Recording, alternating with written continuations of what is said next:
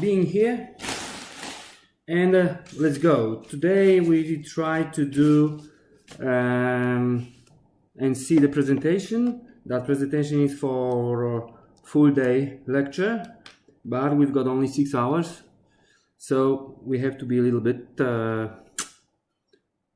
hurry. Okay, look, first of all we want to say some basics and some anatomical cases for sinus lift. Okay, and today I'm really focused only on really clinical anatomy for the clinicians. I will not remind you all anatomy of sinuses because you know it, okay? But I want to show you my way, my point of view and my planning before sinus lift procedure, okay? And same planning is for basic and standard procedures, and same like for very advanced and complex cases, okay? That's what you see on the picture now. This is only mucosa. This is not Schneiderian membrane. Yes, this is very interesting thing. And look, that yellow line is a mucus, of course, cilias, and cilias are atavistic anatomical structure, and cilias are working and moving the mucus only in one direction, and they are completely disconnected with our brain. So brain has not got any control on them, okay? And we see what? Glandulas of the mucus, and of course mucosa and submucosal layer. But you see, this is mucosa. This is mucosa. And here, this is mucosa. And maybe not that. Wait. Our mucosa is here. Okay. Here is our mucosa. Okay. Without mucus. So look. This is one from 3 layers of Schneiderian membrane. Okay. So we've got mucosa.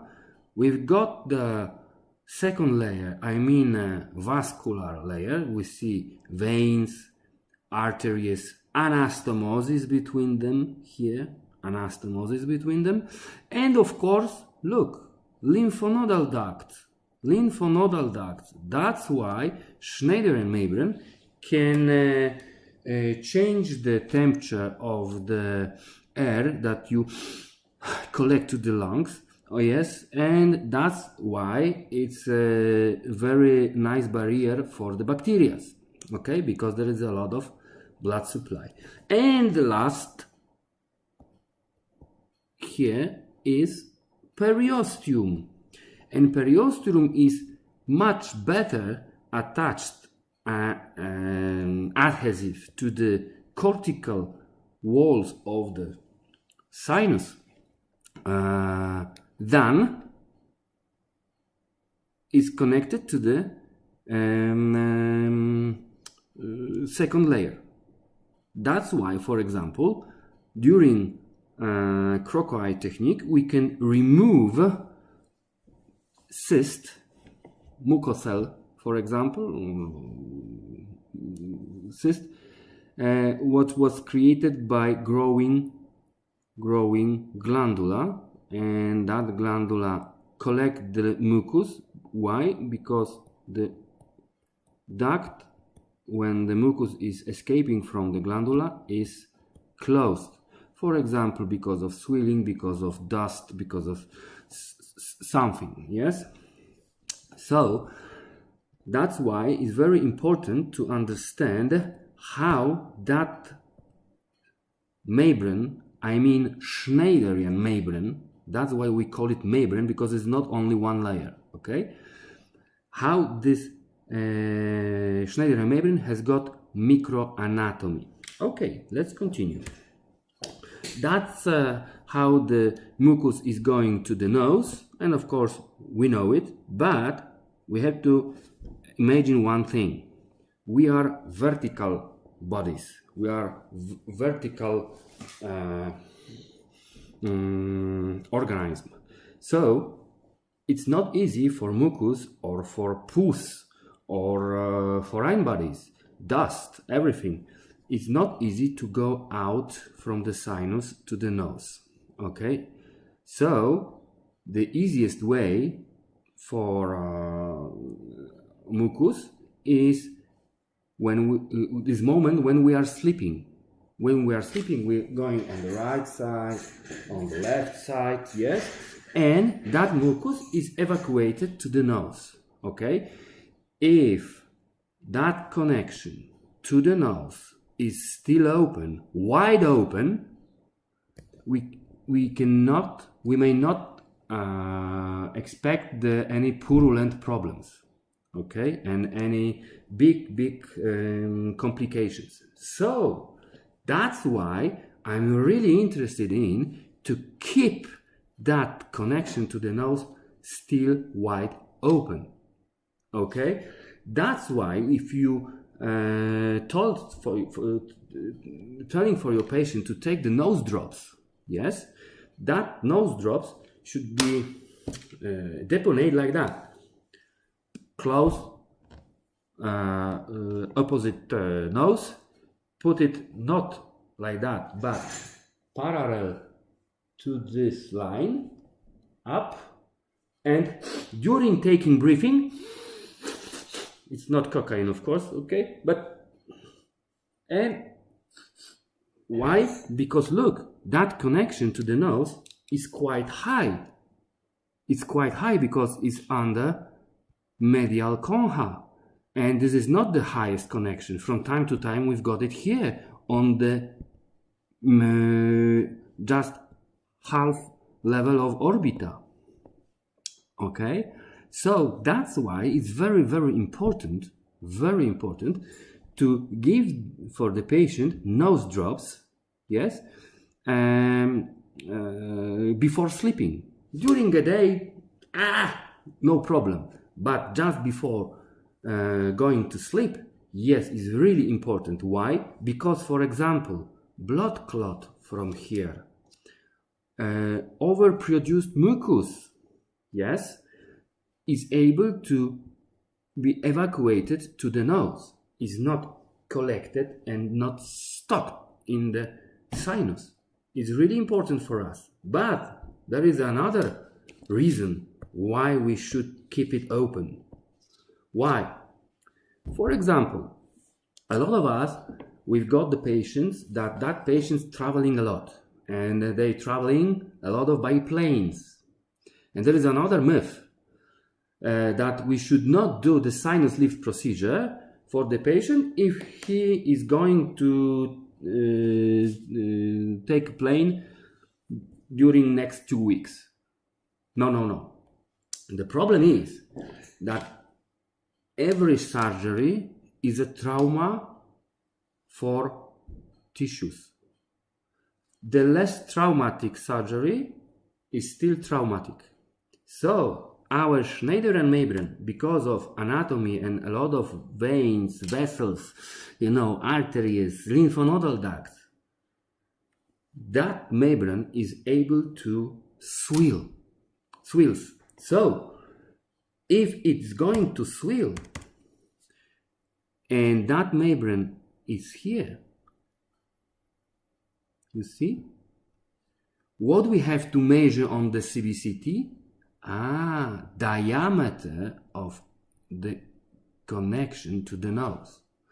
And of course we've got infundibulum, hiatus maxillaris, different connection, doesn't matter.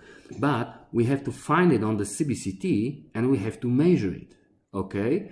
So if that distance between bone to the bone is equal or less than 4 millimeters, we should be careful. We should be really, really gently for this patient. And we've got two ways how to fix the problem. We call it bad anatomical variant. Bad anatomical variant.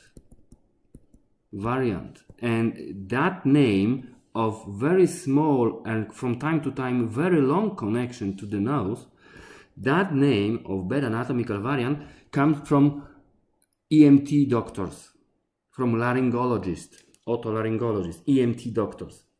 And that's why if I'm going to check the CBCT and I notice, oh shit, here is a very, very thin connection, very narrow and long, so I'm going to make a call to my colleagues from EMT department and ask them, please remove endoscopically for me that part of the bone.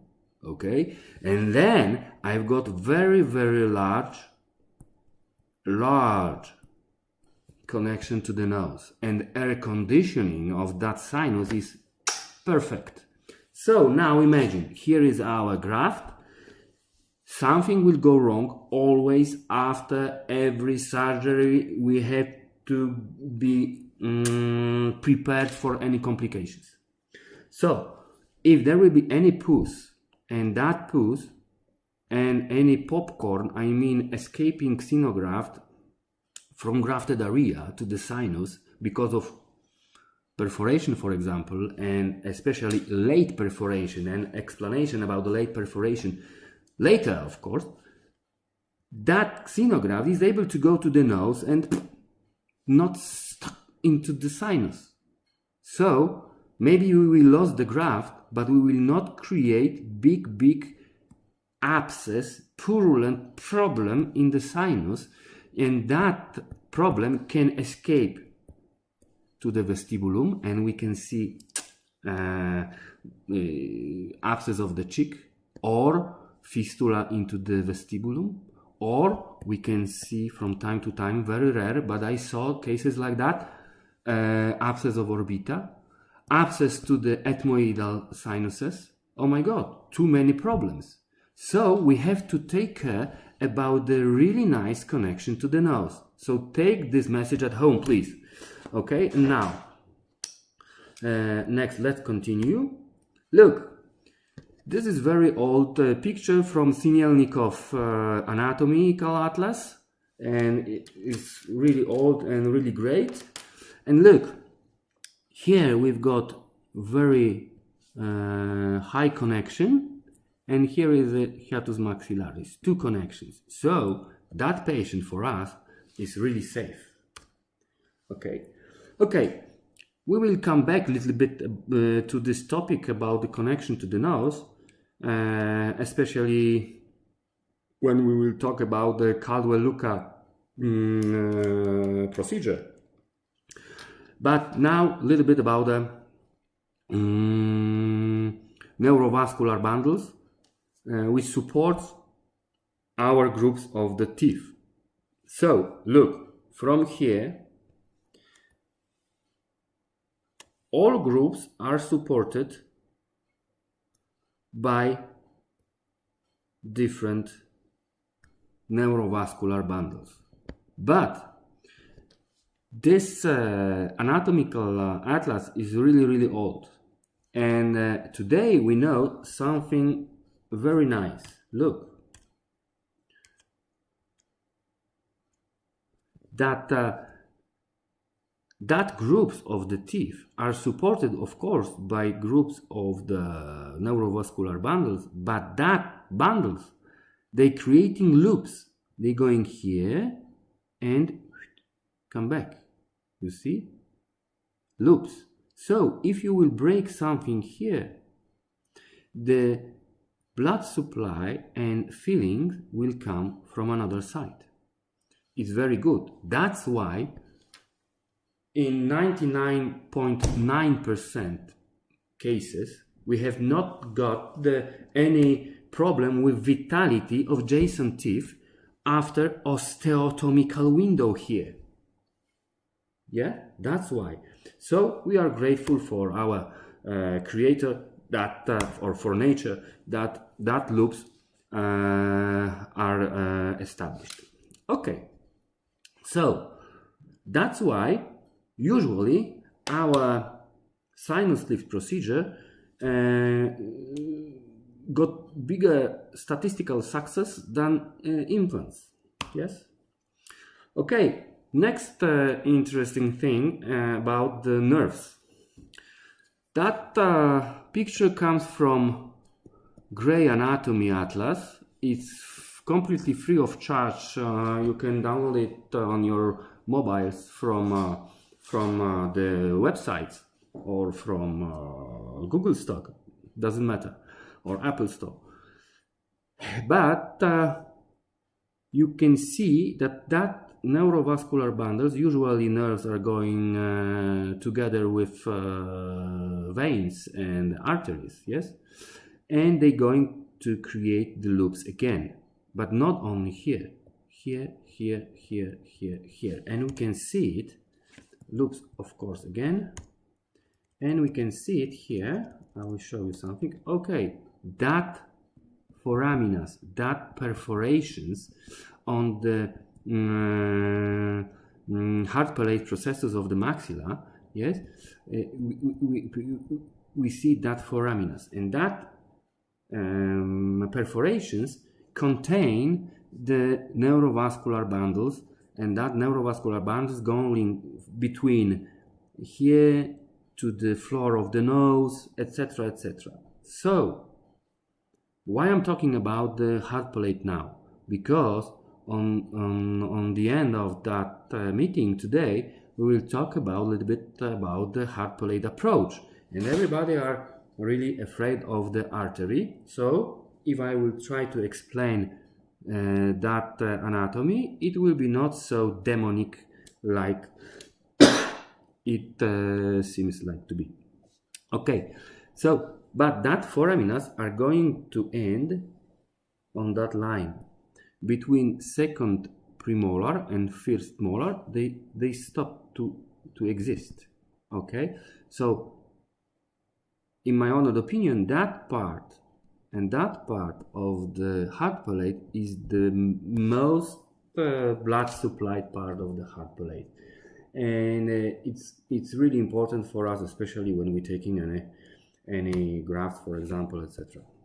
Okay, come back a little bit because we missed some information. Okay, so not only nerves going to create any loops, but of course arteries and veins too. And what about this artery?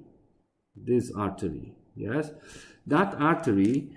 We will talk a little bit more about this artery, how to miss it or how to close it before elevation of the Schneider membrane and not create any complication during surgery, and that complication should be fixed during surgery, and our surgery will be too long, because the general rule in surgery is your surgery should be so short as you can do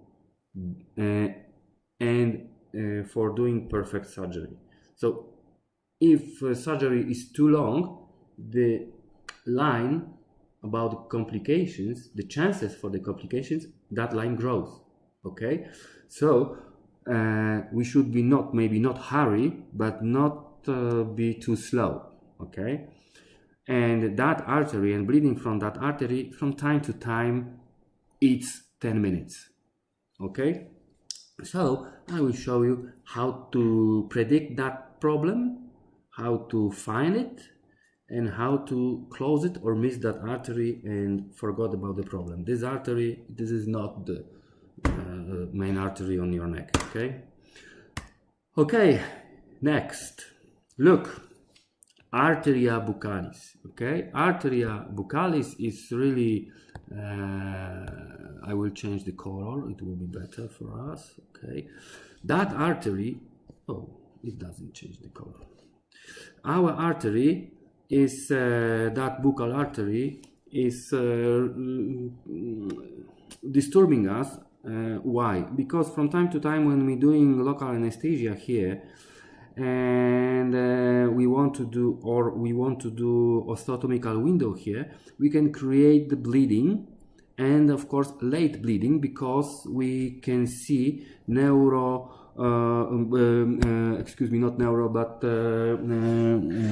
vasoconstrictor in your ampoule, yes, I mean epinephrine or pseudoepinephrine or adrenaline, and when you close your flap, adrenaline disappeared at home and that artery is able to start to bleed. Okay, so that's why from time to time we can see big hematomas on the cheeks.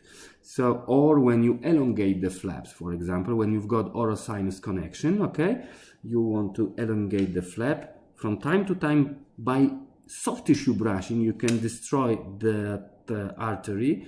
When you are too much, you use too much force, or you are too much, you are too brutal, yes. So, or just cut. You cut the periosteum for elongate the flap. So that artery, this is the first reason why we should be conscious that that artery exists here. And of course, when we deponate our local anesthesia, here we hit the mucosa, so the top of the needle disappeared, and we try to aspirate, but from time to time we hit that artery, and here cheek is completely bleached. Okay, so we know that artery, and this is artery quite disturbing us, but here is going what? Fascial artery to here and to the orbita, like that. So angular artery is here. So we've got two arteries on vestibular side, quite big arteries, but only one artery on heart palate side. Okay, I want to compare two sides, but usually we used to do the surgery on the vestibular side, so we are not afraid of that arteries. So why we are afraid of artery on the heart palate? Try to say for the cardiosurgeon that you afraid, deadly afraid of the palatal artery. You know what he will do. He will kill us by laughing, yeah? So, artery is always problem, but we have to learn how to play with it, okay? Next. So, we remember from Sinelnikov that here are small perforations, and that perforations, that canals, they contain the neurovascular bundles. So that's why when you catch the flu, yes, and you can't breathe by nose, you losing your taste, yes, because they are involved in the inflammation on the floor of the nose. Okay. Next problem with anatomy, how the abscess are this, how they spreading, how you know what I mean. So how the abscess find the way to go out from the sinuses. Look, usually here is our osteotomical window. Yes. So if here is an osteotomical window, this is the easiest way for the abscess, not only by this foramen or to the nose, yes, but from here, from our graft, this is the easiest way for escaping, for the pass to the vestibule, yes, because there is no bone, okay, and here is another problem. Here is the fascial artery, so that artery is able to spread and transport the bacteria where? Into the orbita, and from orbita to the brain. And I saw two abscesses, odontogenical abscesses of the brain in my career. So, and we found the neurosurgeons found the streptococcus inside the brain. So we should be really careful to not create any purulent problems in that area, because maybe there is a very small percentage of the complications like that, but daughter rule works. Okay, so try to do our surgery like for our daughters and minimize the risk of any complications. Okay, next thing, look, when we try to do sinus lift procedure, okay, and for example big one, not only for one tooth defect but for bigger defect, 2, 3, 4 teeth defect, from time to time from second incisor to the end, yes, because the big pneumatization of the sinus lift was there. So look, this is our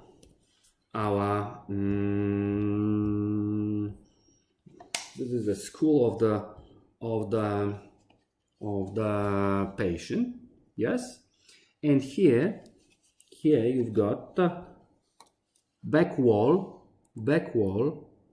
of the sinus here. Okay, there are foramina posteriora for the nerves, and that nerve support back wall and lower part, the floor of the sinus, just over the molars. Okay, so we are really interested in to make nice local anesthesia here in that region, but not only, this is not only one reason. Why?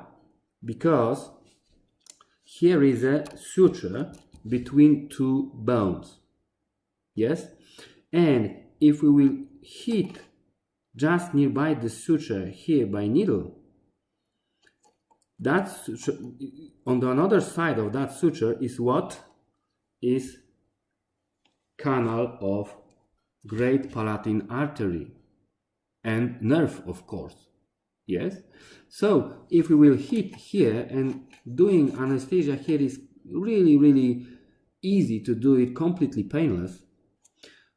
After 5 minutes we can hit to the heart palate without any pain, because our anesthetic medicine is able to go through this suture, yes, between the bones to the canal. And if we want to do something on the heart palate, for example, in the future, it's not painful for the patient when we will hit it again. But this is another reason, another thing.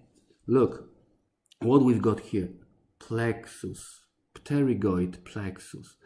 And in first year of my career, I hit it. I hit that plexus by 0.8 millimeter of diameter of the needle. That was green needle, yes.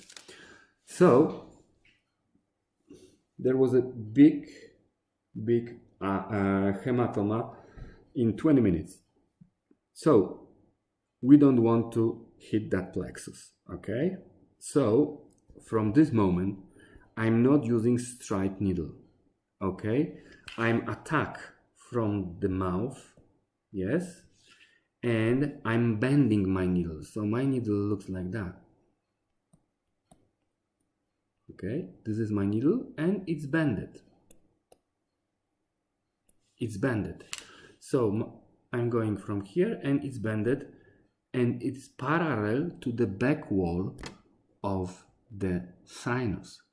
So I minimize the risk of hitting the pterygoid plexus and any hematoma problems, complications, and big problems.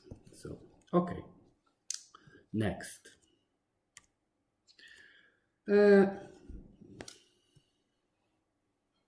Attachment of the buccal muscle. Come back to the one picture. Here was that picture. what we see here is a buccinator, yes, buccal muscle, and that muscle, this is the mimical muscle, and special. Why? Because that muscle, only one from mimical muscles, which got two bone attachments. Okay, so here and here. So that muscle creates of the diaphragma of the cheek. It's very important. Okay, why it's so important? Because when we're trying to, for example, elongate the flap, or we split the flap, or another approaches, we should be really careful to not hurt this muscle, okay? Because when we hurt the muscle, we create what? Hematoma, swelling, and pain. So big discomfort for our patient after surgery. So patient will choose another clinic when they will not hurt this muscle. Okay, this is important. And now, exactly when the attachment of the muscle is, you know, there is a special line, and we call it mucogingival junction. So in maxilla, from mucogingival junction and more apically from this line, buccal muscle is going, okay? It's going over the highest point of the vestibulum, okay, going down into the cheek and under the lowest point of the lower vestibulum, and it's fixing to the exactly where the mucogingival junction is in mandibula.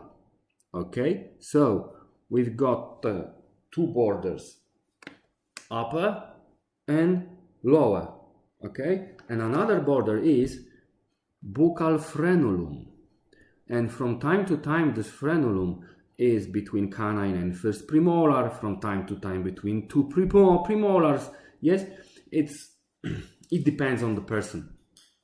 But we should know that behind the buccal frenulum and apically from mucogingival junction, there is a buccal muscle. So we are able to quite nice recognize where is that muscle. So it's easiest for us to design a nice approach to not hurt this muscle, okay? And I will show it in the future. Okay, a little bit about the septums. Of course, today another gold rule is, if you want to do any implantation, any bone regeneration procedure, yes, and in my clinic, any surgery, okay, I'm doing CBCT examination. CBCT examination. It's really important. Professor Faraj told us that if you're trying to do any ingression into the bone, yes, without CBCT, it is big medical mistake. Okay, so today CBCT is like OPG in 20th century, but today we've got 21. Okay, so we have to recognize some septums. But now, before I will explain how to play with septums, one tip for you. Look, what is here? This is the peak. This is the top of the septum, okay? This is the, here's not. Here's the top of the septum.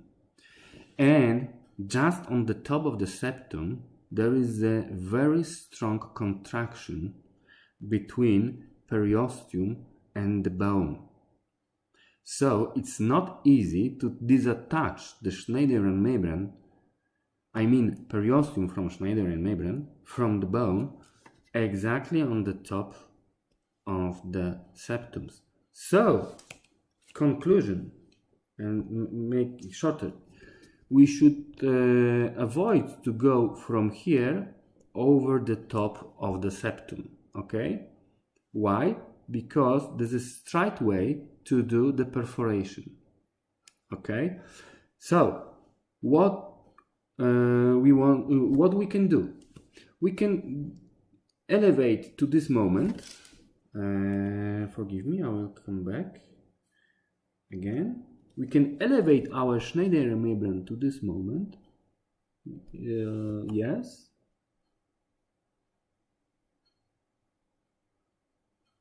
Okay, it's elevated, but it's not enough, for example, for the implant.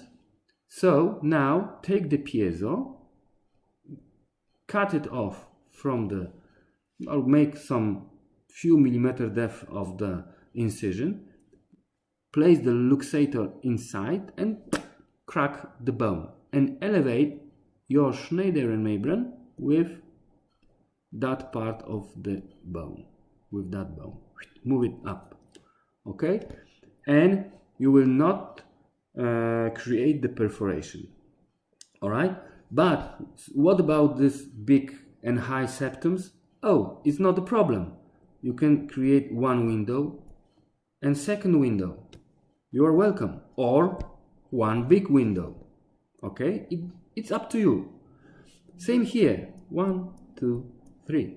No problem, no problem. But of course, this is only one view. Yes, this is a sagittal view of the sinuses. But from time to time, it's look like that. Look, this is our orbita, yes, and connection to the nose. And this is our our sinus. Here is the nose, here is the nose. I'm drawing for better imagination. Septum of the nose, yes. Lower concha, okay. And medial concha, so this is connection. And our here is a vestibulum, of course. Here is the vestibulum, of course, and our septum goes a little bit strange, like that,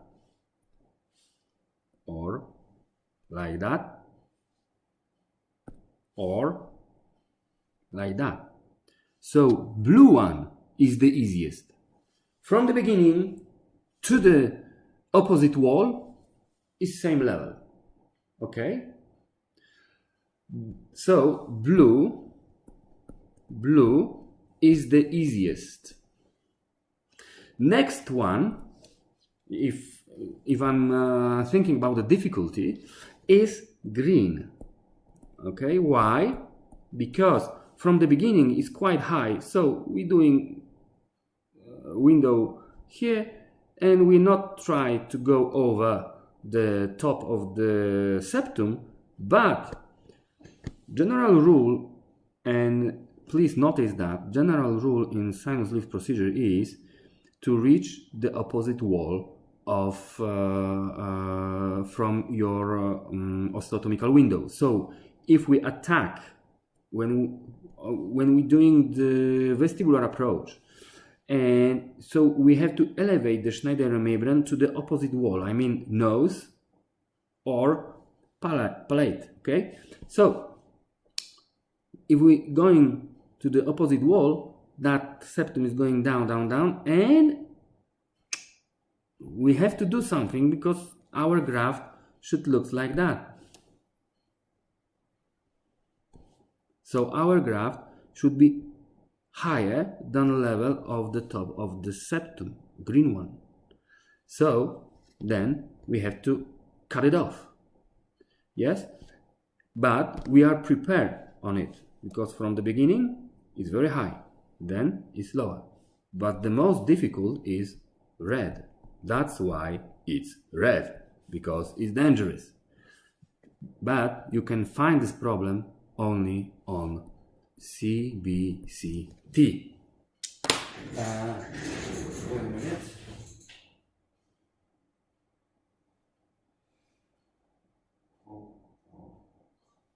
Okay, I'm coming back.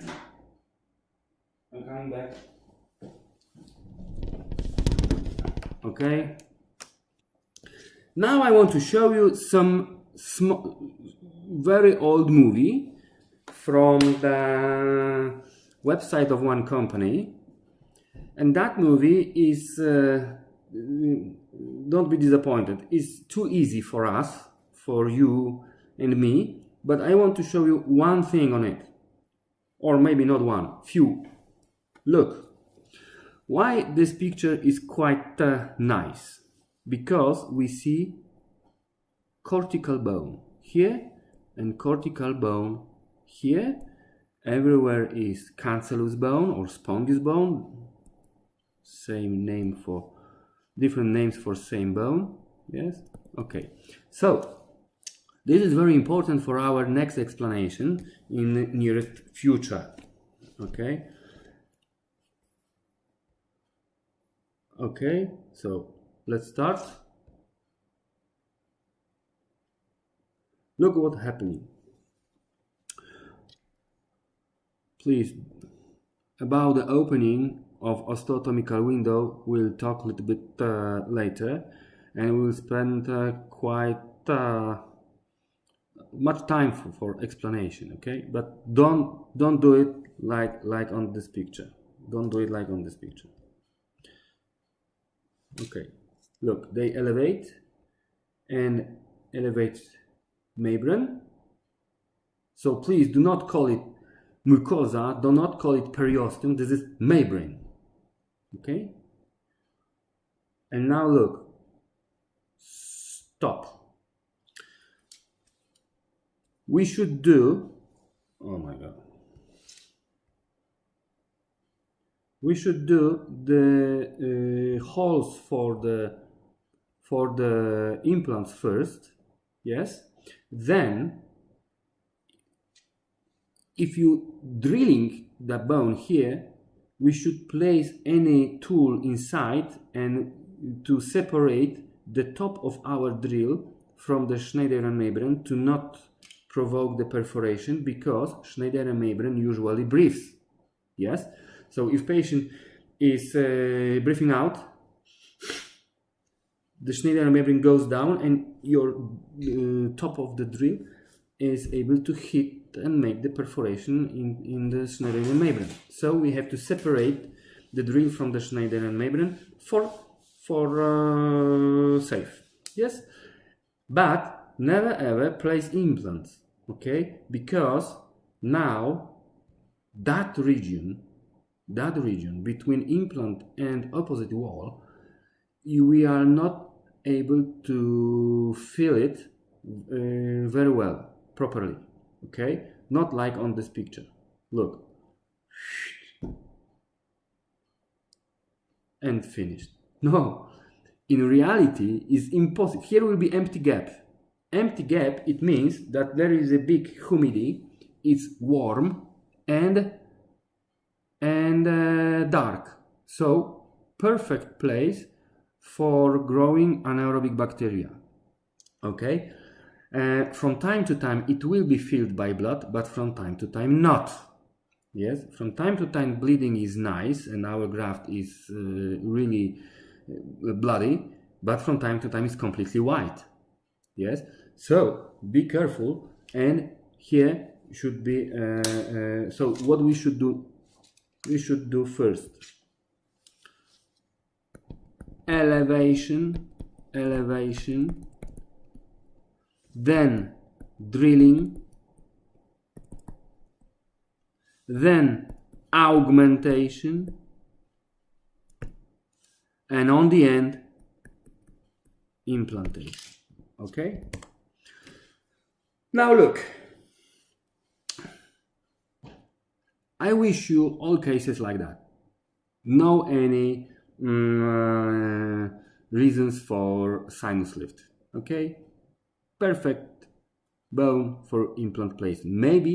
Maybe can be, of course, atrophy from vestibular side, but about this later. Now look,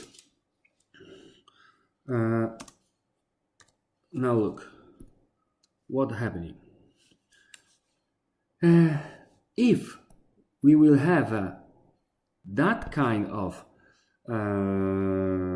atrophy, yes, we've got one problem, one really big problem,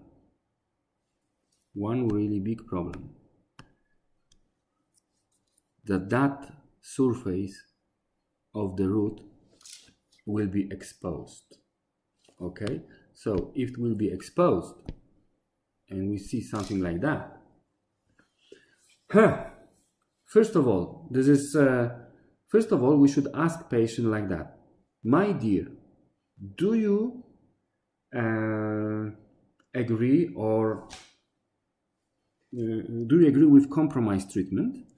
That I will elevate the membrane here, I will place implants here, yes, but I will create very long crowns for you. Yes, very long crowns for you. Or what I can do, I should remove the tooth because that surface is naked, so I'm not able to create new bone nearby the surface. If I would be able to create new bone in contact with exposed root, I will never ever place any implant because I will be able to save every tooth. Okay, so extract this tooth. So here is bone. So from this level of the bone to this one, I'm able to create new bone, for example, by Curie technique. So, my dear patient, then I will not do the sinus lift procedure, but I will place implants into the new created bone, soft tissue level, yes, and you can expect normal length of the crown. So now tell me which technique you are interested in.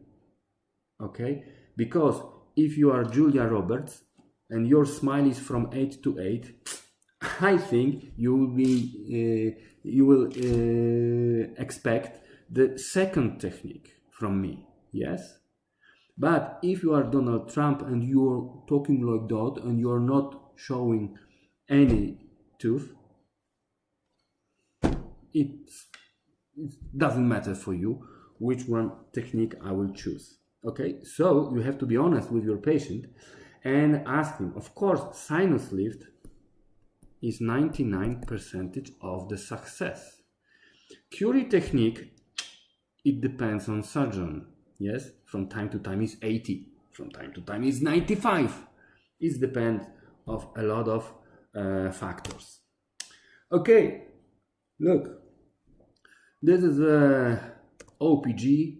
So even OPG forced you to know anatomy. Okay, you have to know 27 anatomical structures, and you should be able to find them on the well done OPG picture. Okay, and that diagram is of in 80% chances is a man, because of hyoid bone is not covered by corpus of the mandibula. Okay, for example, yeah, so usually man has got hyoid bone a little bit lower. Okay, let's start about the planning, because there was only long entrance to the topic. Look, what we see swilt and some inflammation. This is the answer of the Schneider membrane for inflammation and infection here. So that picture gave us the information that bone is not the best barrier for toxins from bacteria, okay, because it's perforated, bone is perforated. Only soft tissue is the best barrier for the bacteria. Okay, and it's very important for us to understand another steps in the nearest future today. So look, we do of course endodontic treatment, apiectomy. This is after 3 weeks, 21 days, and what we can expect? We can expect that inflammation will disappear. I see I didn't place the picture after 3 years after treatment, but after break I will start from this case to remind you and show you the result. And after apiectomy, that Schneider and Mabren was in correct state. So if Schneider and Mabren is healthy, we are not able to see it on the CBCT. It's so thin that on the CBCT we are not able to see it. It's just black area in the sinus, nothing else. Bone and black empty space. Okay, no any gray line around. If we see Schneider and Mabren, it means it's less or much inflamed. Okay, so look, another problem is, but if we will extract that tooth, we can create the oral-sinus connection, but there will be not air leak. So from time to time we miss that we got connection to the sinus, and after 2 or 3 weeks some soft tissue grows from here like drop inside the oral cavity. So if we see something like that, this is not the pulpitis, of course, because there is no pulp, but this is the soft tissue from the sinus which grew to the oral cavity through the alveolar socket. Okay, so this is indication for the soft tissue plastic and close the oral sinus fistula, of course. So look, next, why I'm showing you that picture. Look, we are focused here. Look, there is a bone, bone, thinner, and it's interrupted. Okay, so now imagine one thing, please. The floor of the sinus has got its own history. Now imagine, I will remove that tooth. Yes, I will remove that tooth, or I will do apiectomy or radiectomy, rootectomy, doesn't matter. After 20 years, that patient is coming into your office, to your clinic. Everything looks perfect. No any disease, beautiful sinus, yes? But you should do the interview with the patient and ask him there was some surgery in that area or not. Why? Because in that interrupted area we can expect what? Contractions. So if the history of the sinus is rich, yes, we should be really careful when we want to try to do closed sinus lift procedure. Okay, no without balloons. Okay, maybe hydro technique, maybe some piezo technique, but we should be really careful. Why? Because there are contractions. From time to time, there are what? Scarce tissue. So, Schneider and Mabren, especially in the floor of the sinus, in that area, is not homogenic membrane, okay? Here is a contraction, here is a scar tissue, here is some problems because of a lot of dust, mucus from another side, blah blah blah, a lot of problems, okay? So that's why I'm really careful and I'm talking with patient how and why he lost the teeth in that area, okay? It's very important for me to know what happened, why that ridge is edentulous, okay? So another problem is, look on the lower picture first, okay? On the left side, that one, yeah? Look, that picture is not enough to do any planning, okay? It's not enough. Why?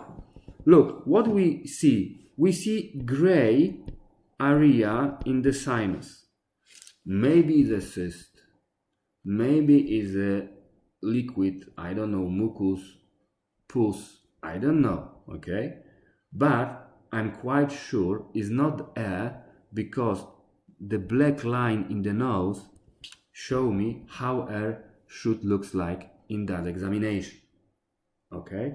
So I see black area, empty space in the nose, so this is the air area.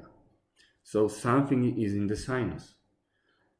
And we see contractions here. Maybe it's odontogenic, maybe it's not.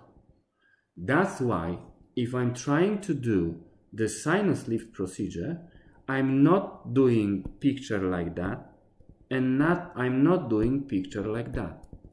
Oh, why I'm not doing picture like that? Because maybe I see the flow of the orbita, but I don't see the connection to the nose. Okay? And something is inside the sinus, and something fills that, fill it up completely to the roof, to the orbita. So I don't know what is it. Maybe it is a tumor. Okay? I don't know. Because CBCT examination is not the histological examination. If I'm doing only surgery in my practice, from 17 years I'm doing only surgery, I saw tumors like that. Yeah? So that case is not for us dentists. That case is for maxillofacial department, okay? Maxillofacial surgery department or EMT department, not for our offices, okay? And usually in that cases, I'm not removing that tooth. I'm just sending the patient to the hospital and call for them, please be careful, and I give them CD with examination and do it. Again, perforation, okay? So look, again, perforation. I can find hundreds of perforation. That's why I'm afraid of. But look, that picture, that slide is very nice for us. Why?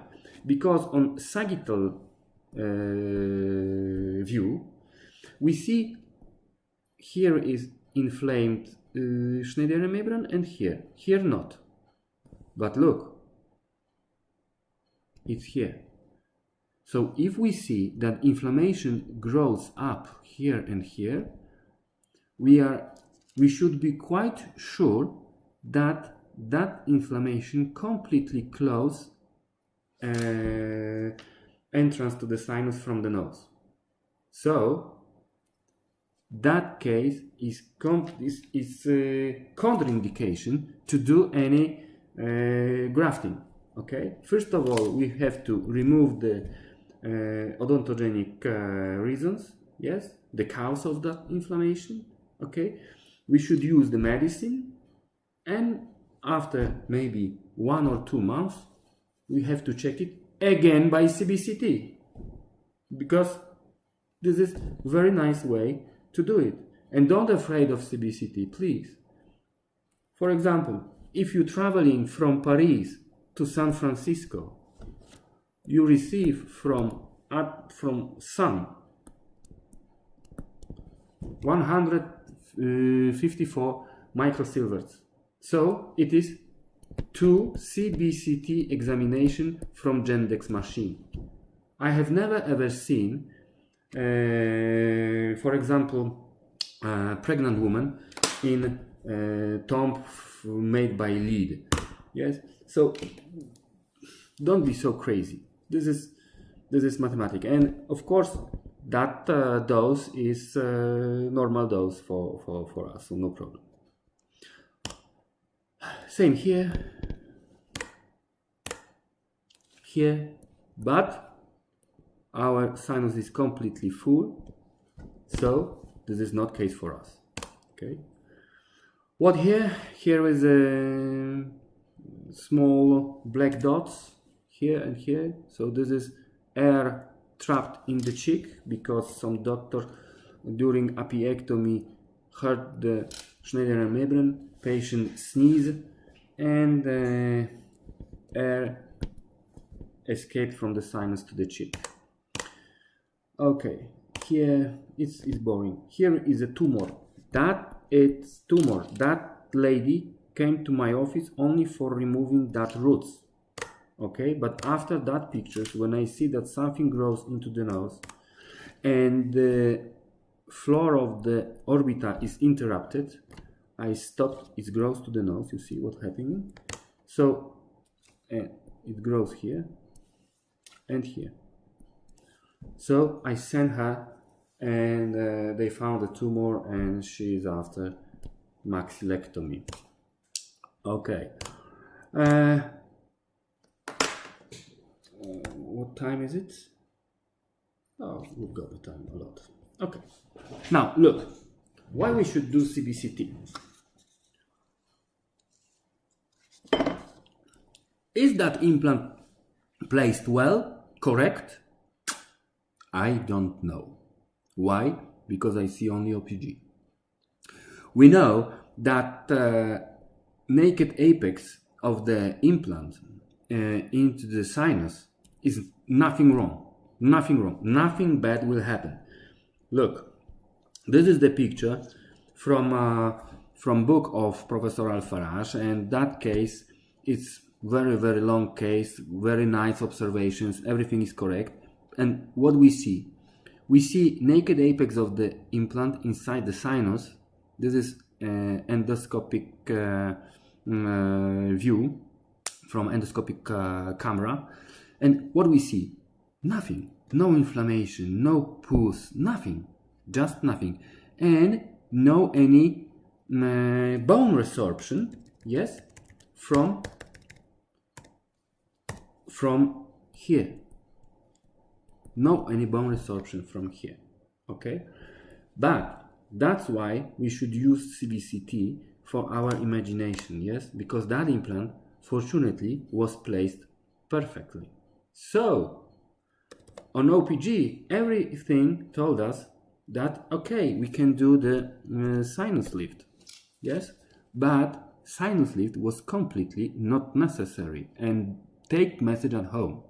First of all, we should find the technique that our sinus lift procedure is not necessary. So we can place implant, for example, here and here a little bit longer and make the bridge.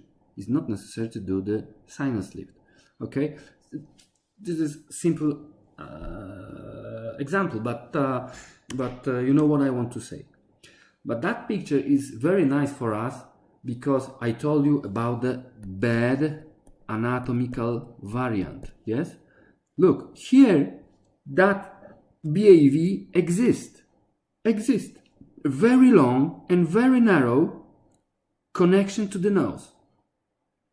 Okay, so here in this patient, if you will try to do sinus lift procedure, we can expect some problems. Okay, so first of all, we should ask our EMT colleagues, please remove it for me before my procedure. Of course, it's not easy to find the EMT doctor who wants to cooperate with dental surgeon. It's a different topic, of course, yes, but I was tried many times, and after 8 times I found, fortunately, the team EMT doctors from private practice that they cooperate with me to this moment from many years. And of course, same here, there was a closed sinus lift, so it's not perforated like it looks like on the right picture. Okay, so let's collect that information in that case. Okay, we should start to think about the approach. What we see here, we see filler from the endodontic treatment, yes, and next thing is that filler is going up closer to the orbita. So we can expect that here is not normal inflammation. This is aspergilloma or aspergillosis. Aspergillus is a kind of fungi, and Aspergillus likes the foreign bodies inside the sinus, especially with endometasm. So this is the one of two reasons that Caldwell-Luca procedure should be performed. And look, this is what we're talking about, swelling and bad anatomical variant. Yes, here was a bad anatomical variant. So any surgery, any trauma, any disturbing factor for the Schneider membrane can create swelling, and then fluid is not able to go out and escape to the nose, and the air is not able to go into the sinus. So pH goes down, and now we've got big purulent and necrotic problem here. Okay, and of course anaerobic bacteria grows after 5-7 days after closing the entrance to the sinus. So we want to not create problems like that. Yeah, that's why we should ask our EMT colleagues, please remove me that part. Okay, so you will do the business, I will do the business, but my patient is safe. 3 persons happy. Win-win. Win-win-win. Okay. So look, this is Caldwell-Luca procedure. Yeah, Caldwell-Luca procedure is procedure for completely shaving the bone from Schneider and membrane because it's infected and it's rotting, blah blah blah. But we've got the window here from sinus to the nose. Why all doctors and a lot of patients 50 plus old years, they got that window? Because we know from histology that new Schneiderian membrane will cover that bone, that naked bone, but without cilias. Without cilias. So mucus will be not pushing to the nose, yes? So the mucus should be evacuated by gravity to the nose. That's why they're doing that window under lower concha. It's very important for us to find this problem, because a lot of patients, I told you 50 plus patients, they got connection to the nose like that. And we remember the main rule during sinus lift procedure, that we should place the graft from wall to the wall, and we can be bad surprised that on the opposite wall there is a what? Connection to the nose, and we can create the perforation. And that connection to the nose is completely invisible on the OPG. Okay, so please remember, do not surgery should not be a Russian roulette. Okay? Okay, so come back to the aspergilloma case. Look, open, and about opening and the flap approaches a little bit later, okay? But I want to show you something here. Because before surgery, I'm checking where patient has got the angles of the lips. So from where to where is smile. We can call it aesthetic zone, yes? So in aesthetic zone, usually I'm not doing vertical incisions or release incisions, okay? Only here is incision, okay? Right.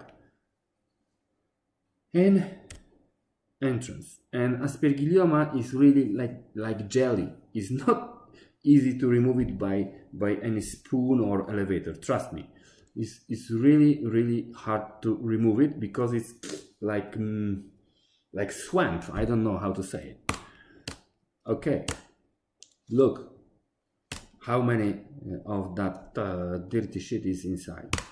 And this is after 2 years and 8 months.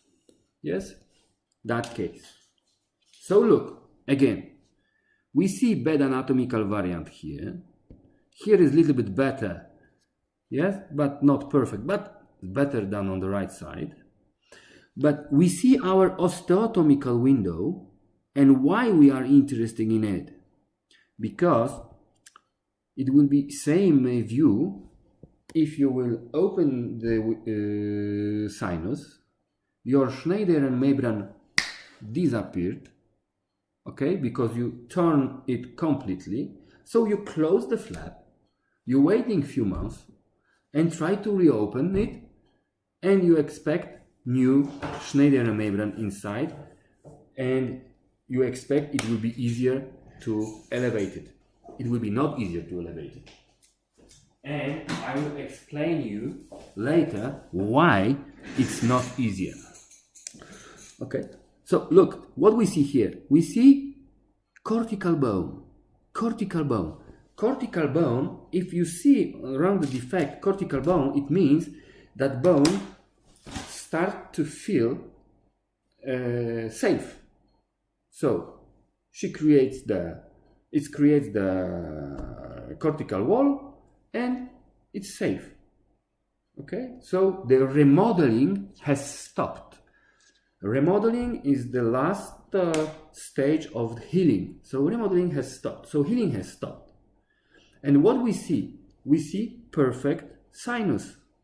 No any problems.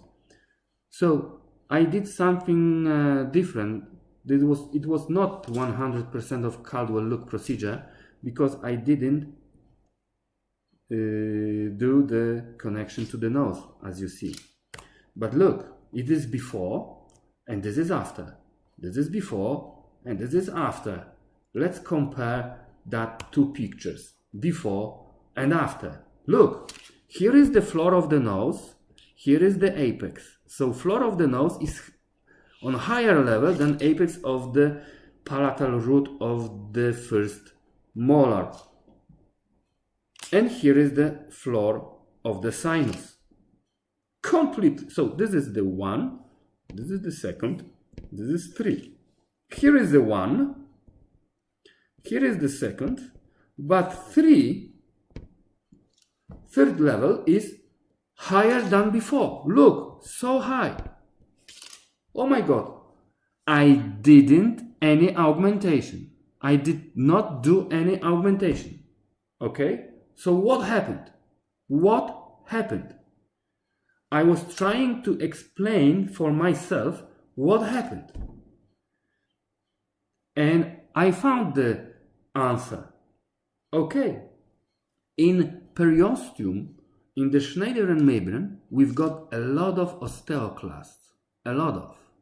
That's why our sinus grows during whole life. We call it pneumatization of the sinus, yes? And it grows between roots, etc. Okay?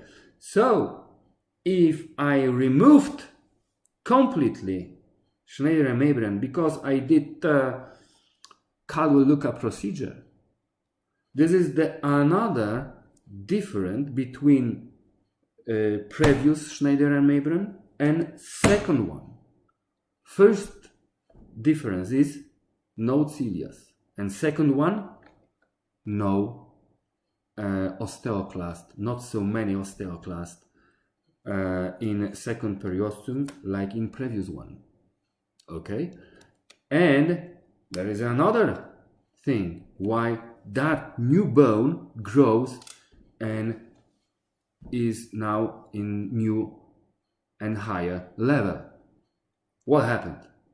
We should know that mucosa and periosteum 2 is able to grow no more than 1 millimeter per day. So they grew from the nose. 1 millimeter one day, second, third, 1 or 2 months it takes for them completely to cover completely the sinus. So, but bone grows 1 millimeter per month. So it was 2-3 millimeters here because tissue from neighborhood tried to close the wound. So here was only bone. So bone has started to grow, try to close the wound. And when it's completely covered by periosteum, that process has stopped or start to be so slow that it's not easy to notice that. Okay? Okay. And maybe I will shock you a little bit, but I want to show you first cases from big complication. It was in that office there was a medical course, yes, and that guy, that patient is taking care about tires in my cars, and he came to my office and said, Radoslav, somebody removed 2 days ago second premolar, but when I'm drinking something, that liquid escaped by the nose. And he opened the mouth. There was 15 participants on the audience, and we see what? Necrotic flap, 5-0 nylon, a lot of suture, too many material suture here. Yes. What we see next? No bone to this level. Okay, somebody was, I don't know why, but during extraction, lateral wall was completely destroyed. Completely, it disappeared. Okay, you see what we see? And the root of the adjacent tooth is completely naked. This is the problem. Okay, fortunately, he decided here for bridge, not for implant, because without removing that root, I'm not able to create new bone here. Okay, so look, big defect. And now, if we're talking, before we start to talk about the sinus lift procedure, it's good to know few rules about the closing orosinus connection. We've got the 10 ways. We've got the 10 ways for closing the orosinus connection, maybe on another website or short bonus website, free of charge, no problem. I can explain 10 ways for closing. Okay, I promise. If you want, I can do it. No problem. And look, so please remind me. So now this is one of many rules.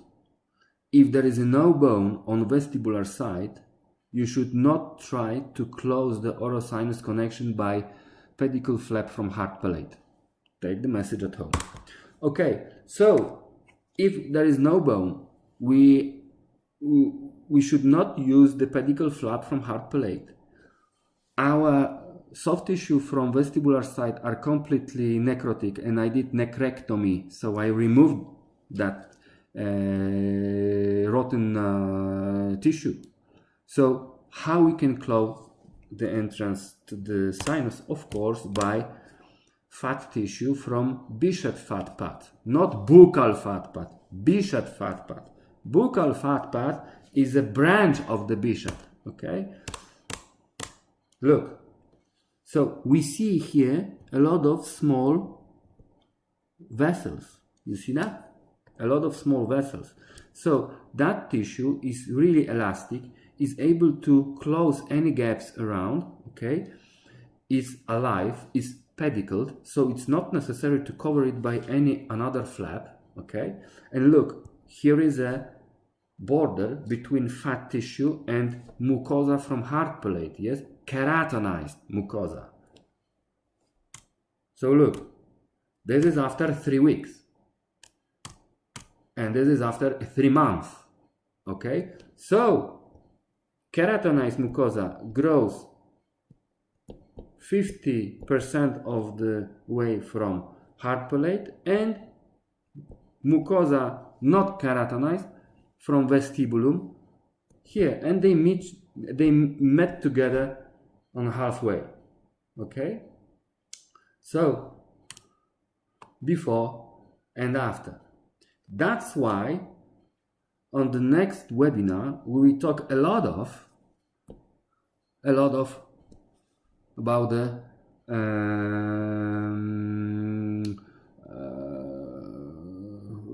design of the approaches and flaps, of course, to not waste them, because soft tissue is an issue. The most important tissue during hard tissue augmentation, soft tissue is the most important. Soft tissue will give you the blood supply, yes. Soft tissue will be the best barrier for the bacteria, okay, and that tissue will take care about your graft. And then maybe bone will grow inside your graft, or if you're using autogenous graft, it just be growing. So look, this is our Bichat fat pad, body of buccal fat pad, we call it Bichat fat pad. We got temporal extension and buccal extension. Don't use that because you will change the symmetry of the face. It's not for us, it's for dermatological surgery, plastic surgery, etc. Okay, not for dentist. We should use that part because that part is under zygomatical arch, and if we remove it from under zygomatical arch, the shape of our face will not change because the bone determines the shape of the face here. Okay, so that part here is for us. Okay, what time is it? 5 minutes to break. I will show you another case. This is very old case. I think 12 years ago I started it. She emigrated to Germany, and just before lockdown she came back, and I got the crown for her, but I'm not able to fix it because of restrictions from our government, blah blah blah. And now look what we see here. We see something like liquid level, okay, but we are not sure. And there was not big pain. Patient, she felt something, but it was not critical. She came into the office and said, "Doctor, I've got a problem with that tooth." Okay, so I sent her to the endodontic treatment. Endodontist noticed that here is not perioline ligaments line around the apex. Okay, so we are not sure is a cyst or is a sinus. What is it? Okay, what's happening here? If you got any doubts, CBCT should be performed for sure. Okay, so what CBCT is talking to us? Look, black area is a gray area, it means inflammation. Here is a cyst. that cyst contains two teeth. So 2 teeth are involved into the problem. So let's check on axial view. Axial view, we've got destroy of the bone. We've got different bone here. And I want to show you something. Look on this area. It seems like that here is no bone. We don't know. We don't know. And I will explain you why we don't know that here is not bone. Okay? After that case. Look, this is the first molar. Here is a fenestration. Distance between apexes is bigger than diameter of the collia of the tooth. So we should remove that tooth by separation. Okay? Are we able to treat that problem by endodontic treatment? I don't know. It's again Russian roulette. But I was really afraid about what? About the oncological problems. Yes? That's why I was a little bit more radical. And before every extraction, I'm asking my patient, do you want implant here? And she said, yes, doctors, of course. Damn it. Okay. Try to fix the problem. Look, that bone here is completely signed. If we will lose that bone, the defect and connection to the nose will be amazing large, huge.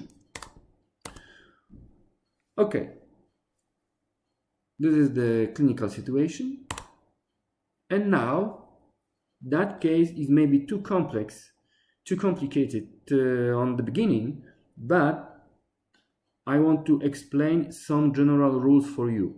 Okay, now vertical incision on the hard palate, you can do it distally from the canine or mesially to the canine. Okay, why? And without the big bleeding. Why? Because anastomosis between incisal artery and anastomosis from GPA, that anastomosis is here. So the diameter here is the lowest. So if you will cut here, you can expect the smallest bleeding. Okay, my assistant has come. Jarek, możesz wejść i możesz działać. Ja i tak zaraz kończę. Okay, so the next general rule is, look, that osteotomical window should be far away from incision in the soft tissue. So, but if that distance is x, x should be bigger or equal 2 millimeters. And please never ever design incision in hard tissue closer than 2 millimeters to the incision into the soft tissue. You can expect big complications. So look, I mean opening the wound. Look, how I did that window? By blade. That bone here was so soft that I remove it by blade and I send it to the histological examination, because I'm a little bit pervert because of oncology, maybe because I saw too much oncological cases in my career on maxillofacial surgery department. So that's why I'm a little bit pessimistic. Okay, look, here is an empty entrance to the socket, but socket doesn't exist. There is no any cortical walls of the socket. Okay, there is just sinus. So look, if we will try to close the entrance, the orosinus connection by the flap from vestibular side, okay, that margin will be closer to this margin in the bone, and that margin closer than this 2 millimeters, as I said. So we can expect what? That here will be late opening of the wound. We don't want it. We don't want it. That's why I did third window. And look here. That's how we're doing the trying to reach the Bishop fat pad. Full flap. That part here, you see, this is the periosteum, yes? And now you should be able to cut only periosteum. Only periosteum. How I teach my students to cut only periosteum, yes? For example, for elongate the flap. First exercise on any hands-on courses is place the glove on your finger, and now you have to cut your glove without hurting yourself. And it's possible. It's possible. Of course, pain is the best teacher. So if you will hurt yourself, your another hand will remember that it used too much force, and next incision is perfect. Okay? So that's how you should teach your hand how to cut only periosteum, how to cut only mucosa, how to cut only tens of the muscles or another structures, layer by layer. Okay, so we cut the periosteum here, and then is only blunt preparation. So we're going inside by scissors, and we open the scissors. Okay, and we unleash the pedicle fat tissue very gently we pull it, because you can tear it. It's very soft tissue. And I place it inside the sinus on the floor, and now this flap and this flap, okay, is not over the hole, but is in contact with fat living tissue. So even patient will sneeze, the air pressure will hit the fat tissue, not the soft tissue. Okay, so look again, this is after 9 months. Yes, what we see cortical bone, no any hard tissue augmentation. We see cortical bone, so remodeling has stopped, but here still is happening something. That tooth is alive. That tooth responds very correct on any factors. So what happened? You remember first picture? Here today is a bone, but 9 months before there was no bone. No, my dears. There was a bone, but very soft, not condensed, not so much calcified, okay? Because bone is not used to disappear in one day, like that. It's decalcification, okay? So the density of the bone is smaller. So on normal X-ray lamp, you can change the settings. For example, how long exposure should be done, few seconds or 1000 parts of the seconds. Yes, that's up to you. But on the CBCT you can do nothing. Okay, so from time to time this X-ray is too hard for this very soft bone, and we see what? There is no bone. That's why from time to time we're doing big mistakes in perio defects. There is a bone. There is a bone. Or we can expect that there is a bone. Very soft, but there is a bone. So we should remove the disturbing factor first. Wait, maybe our body will fix that bone. Not create new one. Fix that bone. Okay, and of course perio ligaments. And after 4-6 months we have to check it again by new X-ray examination. So don't be so hurry for cleaning the root to the white color. Okay, and what we see here is a scar line. There is a scar line from our first incision. And can we expect any sensitivity problems because of the nerves? No, because here is a border between incisal nerve and palatine nerve.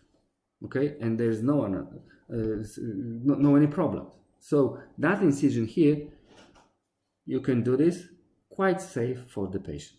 Okay, and we can expect after opening after 9 months that that tissue, that fat tissue, is still there. Why? Because it's alive, it's pedicled, it's arterialized. So now it's completely useless. Cut it off, feed your cat, and continue. Okay, and normal GBR procedure, nothing special. You can do any kind of bone augmentation and regeneration. It's up to you. Here, this is the old case. I did augmentation by xenograft and collagen membrane, but of course today I'm trying to do it by autogenous bone. And look, that implant is supported by bone medially, distally, a little bit from palatal, yeah, and here is augmented area. And what we see here our osteotomical window, here too. Okay, so after 12 years she came back to Poland and we are waiting for crown loading, and I hope I will show you that case as one of the first case after lockdown. Okay, look, and that is how it looked like on OPG. Before I will start to say something more about the rules, and now we will change the software, because now I will scratch a lot of. We're doing small break, maybe not 15 minutes, by just 5 or 10 minutes. Okay,